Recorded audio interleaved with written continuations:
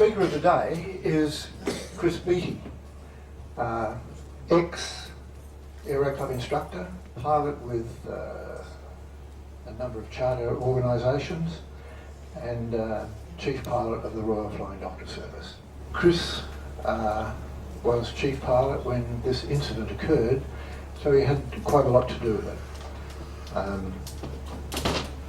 It's going to be a dual effort between Chris and me. He's going to be doing the talking and I'm going to be pressing the button. So we both have a copy of the talk, which he's spent a lot of time working on, and when the appropriate words come up, I'll hit the button and the slide will change. So, over to Chris Beattie. I wasn't at all apprehensive about making this talk until I found out a little while ago that there's an ex-flight nurse of the service in the room, and that fills me with apprehension for anything that I might have forgotten or falsified. First, I'd like to acknowledge with thanks the work that Brian has done in producing the visual aids for the talk. Whilst the public perception of the Royal Flying Doctor Service is probably slanted towards emergency situations, less well known is the significant amount of both routine and specialist treatment that we carry out throughout the state, both with our own doctors and flight nurses conducting clinics at locations without a medical presence,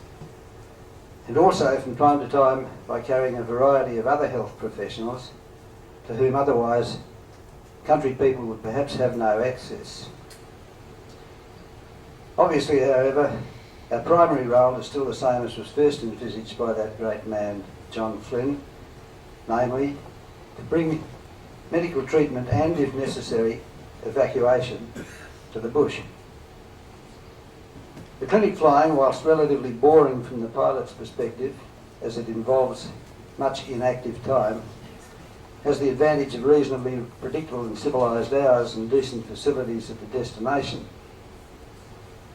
The other side of our flying, the ad hoc and emergency evacuations, can have many variables in terms of urgency, time of day or night, flight and or duty time involved, and facilities and conditions at the destination airfield, which, apart from government and licensed aerodromes, might be an unknown quantity. For this reason, we try to gather and retain as much information as possible on shire, farm and station airstrips, and to amend it as and when possible. Having said all that, I would like to tell you the story of one of the two extraordinary accidents, both by night, both to evacuate patients from private airstrips with limited lighting, and in both of which, amazingly, our crews survived without serious injury,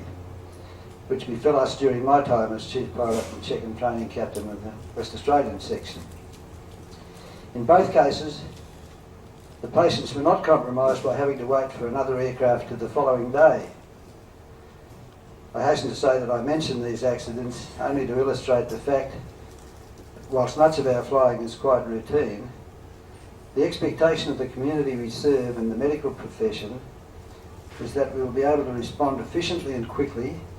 to a flight request of sufficient urgency to anywhere in the state at any time of day or night, and irrespective of weather, of the availability of en route or destination nav aids, and often with a lack of recent and perhaps accurate information on the nature and condition of the proposed landing area. The public, understandably and probably desirably, are not necessarily aware of the potential hazards in this type of operation. Government and licensed aerodromes obviously present either no hazards or else well-documented ones, and we keep a dossier, abundance of local shire and town airfields, and update them when necessary. Sometimes the case that we must carry out evacuations from destinations on which you have to rely only on information gained by a pre-flight discussion by phone or radio. Not too much of a concern by day, when an inspection even at low level is usually possible, but by night, when sometimes having to rely on information from possibly unqualified people on the ground, perhaps with little aviation knowledge and an understandable desire for a successful evacuation. This was at best a source of some anxiety and at worst potentially dangerous, more so as Often the only airfield lighting was provided by whatever vehicle headlights were available to delineate the strip. Conscious of this community expectation, we established a regime with the cooperation of a country shire and local vehicle owners and the approval of the Civil Aviation Authority, so that periodically each of our pilots had the opportunity to practice circuits and landings at night at an airfield remote from ground lighting, with strip lighting provided by 6 vehicles, one on each side, a beam the landing threshold, a beam the midpoint, and a beam the upwind end, all with headlights angled at 45 degrees across the strip in the landing direction. It was a condition of our approval that I, as the training pilot responsible for the exercise, fly first. Thank you for your sympathy. In the right-hand seat, with another of our pilots in the left-hand seat as safety pilot, so as to establish my own handling proficiency and currency before supervising the rest of the operation from the co-pilot's seat. This type of approach, particularly on a moonless night, and even where the terrain presents no hazard, is very difficult. It's really a black hole situation, basically requiring flight on instruments whilst manoeuvring, and as there is no form of approach slope guidance, it must be flown, once on final, entirely by cross-reference between altitude and perceived distance out from the threshold lights. And again, any longitudinal slope in the strip can play havoc with altitude and distance judgment until aircraft landing lights come into play on short final. The necessity for periodic practice under controlled conditions is obvious, as much for pilot confidence as for other safety considerations, and to dispel any undue levels of apprehension when confronted in operations almost inevitably at short notice with the real thing. I want to tell you first of all something of the organisation of the aviation side of the Royal Flying Doctor Service during my time with the West Australian section, for which I'm long retired, and then that story. Our first and easiest task in meeting our duties to the community is to have the infrastructure consisting of communications, aircraft, medical personnel and pilots. Most of our operations are single pilot, available either at the facilities at the airfields or on reserve call at home.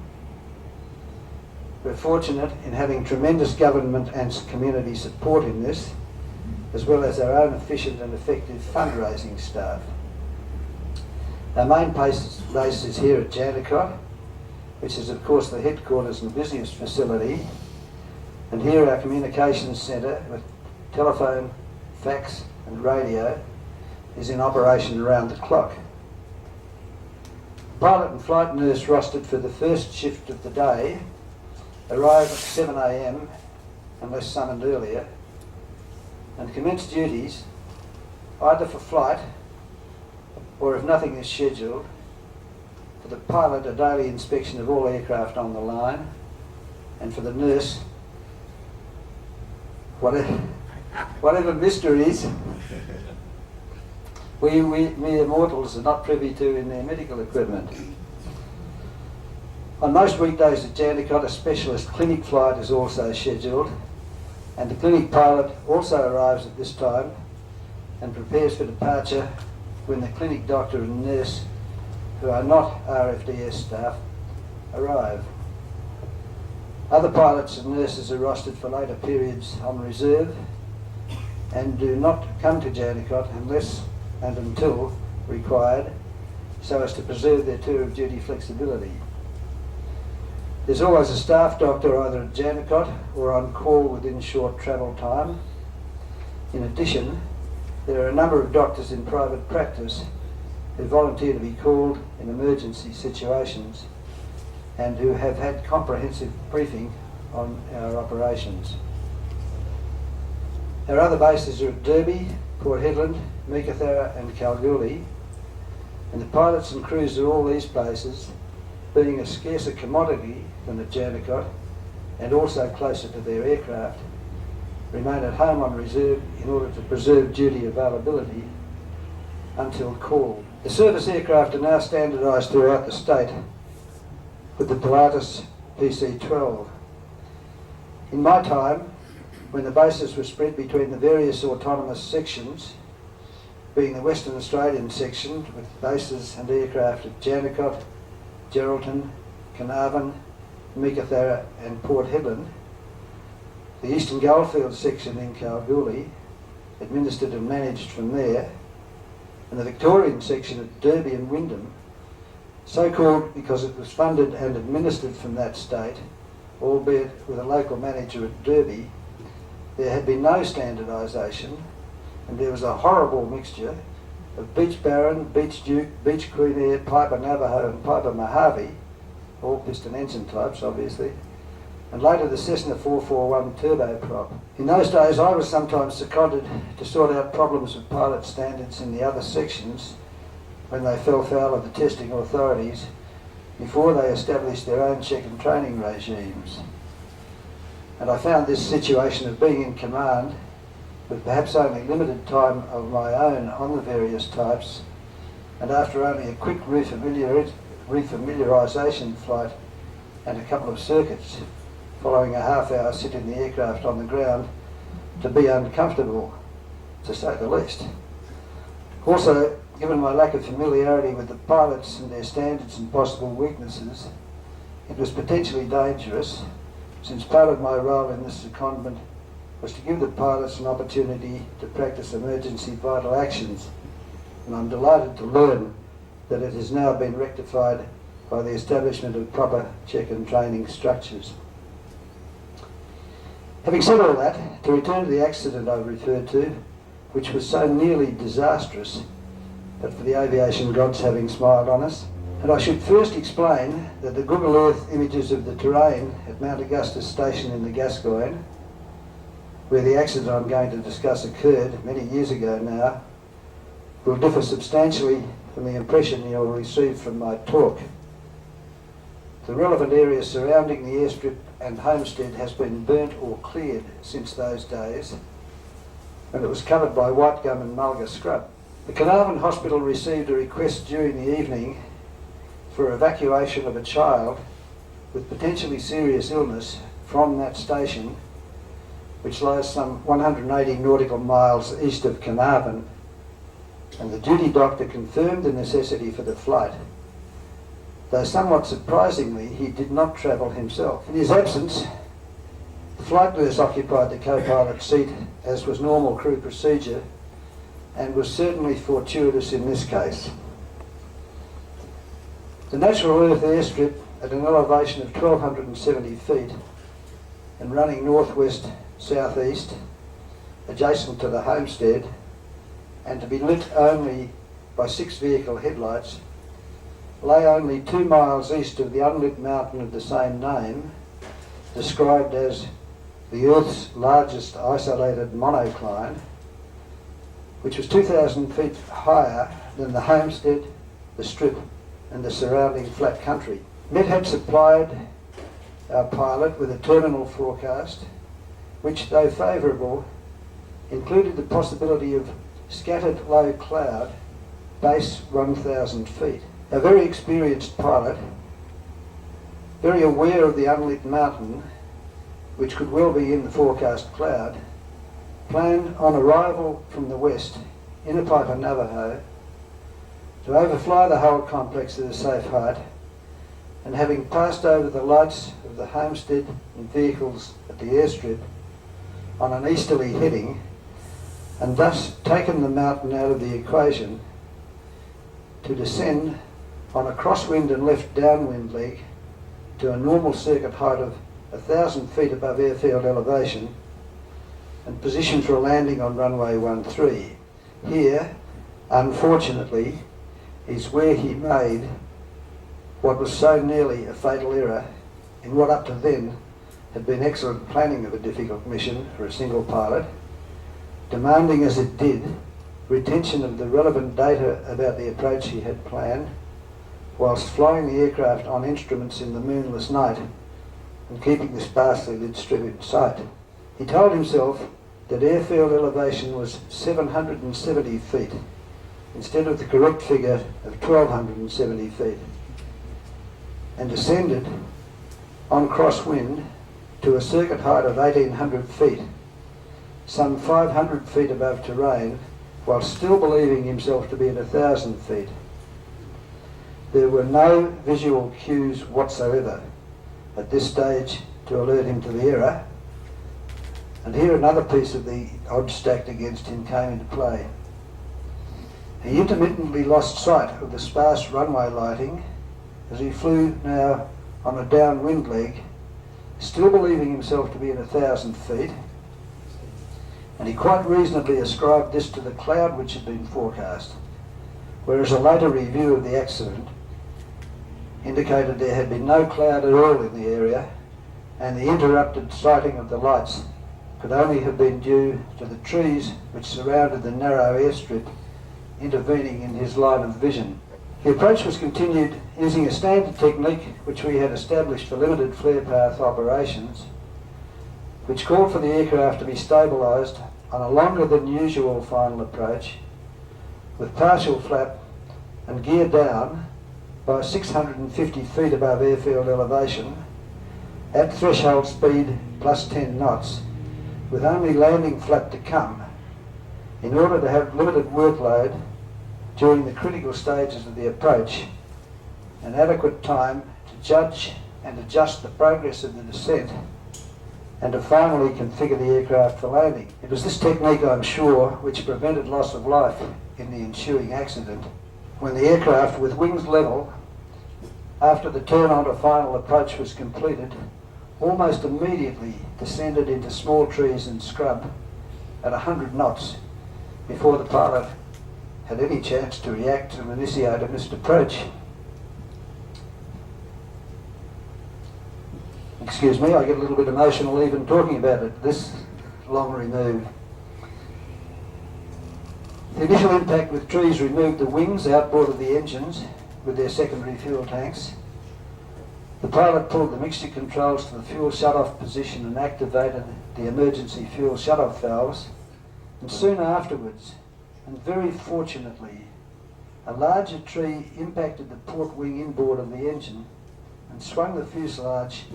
through 180 degrees, so that the empennage and cabin, so fortuitously empty of people, were now doing the bulldozing instead of the flight deck. At some point during all this, the 3 undercarriage legs were lost, but the main fuel tanks inboard of the engine retained their integrity. There was no fire, and the wreckage came to rest facing back the way it had come, with the cabin virtually non-existent, being just wreckage of metal and seats and stretchers up to the rear bulkhead of the flight deck. Thank God our flight nurse had taken the co-pilot's seat. These aircraft in their medical configuration, and I think all Navajos, have an overwing exit by the pilot's seat. Fortunately, this was not compromised, and pilot and flight nurse left the wreckage on via this route onto what remained of the left wing and lynched to the ground, amazingly, both completely unhurt. They proceeded with great caution in the darkness, because at that stage John, in a state of profound shock and unaware of his 500 feet error, could only think that somehow he had crashed into the mountainside. In fact, the impact point, in an almost level flight attitude, in White Gum, Mulga and Spinifex, was some 400 feet short of the runway threshold and lined up exactly with the runway. In Perth, my wife and I were at dinner at a friend's home, and being on chief pilot call, a duty I shared with my deputy, so that one or other of us were always available for operational decisions outside the scope of the coordination staff, I had advised our host that I was on call, but reassured him that there was little likelihood of interruption. Little did I know. At home, having established that the patient could now safely wait till morning, something which would have been far better for us to know earlier in the evening, and which would have saved a great deal of trouble and expense, very nearly including the loss of lives of our crew, arrangements were made to meet my general manager, the insurance assessor, and an accident investigator early next morning to fly to the scene. The aircraft involved in the accident, one of the PA31 Navajos, was our newest acquisition. On arrival at Ashburton Downs, we were met by quite a crowd of curious locals, the station people, and our crew, including a sleepless and very depressed pilot. The general manager, a non-flyer but a very good bloke, endeared himself to me even more than usual by introducing the pilot to the insurance assessor, accompanied by this remark: "John, if we had to lose an aircraft in an operation which, given all the circumstances, it seems you should not have been asked to undertake, I am glad of two things. Most importantly, nobody was hurt, and secondly, it was our newest machine, so we can get more money out of this bloke so as to quickly get its replacement." As you can imagine, the change in the pilot's demeanour was palpable. Many years later, with us both in retirement and having become close friends, I said to the pilot, "John, I'm full of admiration for the way you were able to put that episode behind you and complete an outstanding career with the service." He replied, "Thanks. Appearances can be deceptive. It was never put behind me. I've never declined a night flight for any reason, but I never again got a decent night's sleep while on call for night operations." Our escape from this was in contrast to the tragic accident of the Eastern Goldfields section of the service one day at Kalgoorlie many years ago now, when a very experienced and skilled former Pakistan Air Force pilot who had been with RFDS for some years was forced to commence an instrument approach due to his fuel state after lengthy holding due to a violent thunderstorm system which just continued to sit over the field. The aircraft, in impossible wind and weather conditions, was thought from the ground to be inverted at one stage and to recover from that before later colliding with a mine head shaft. With the death of a newborn babe, which if memory serves me was born in flight, the mother, two nurses and the pilot. Perhaps some of you here may remember the pilot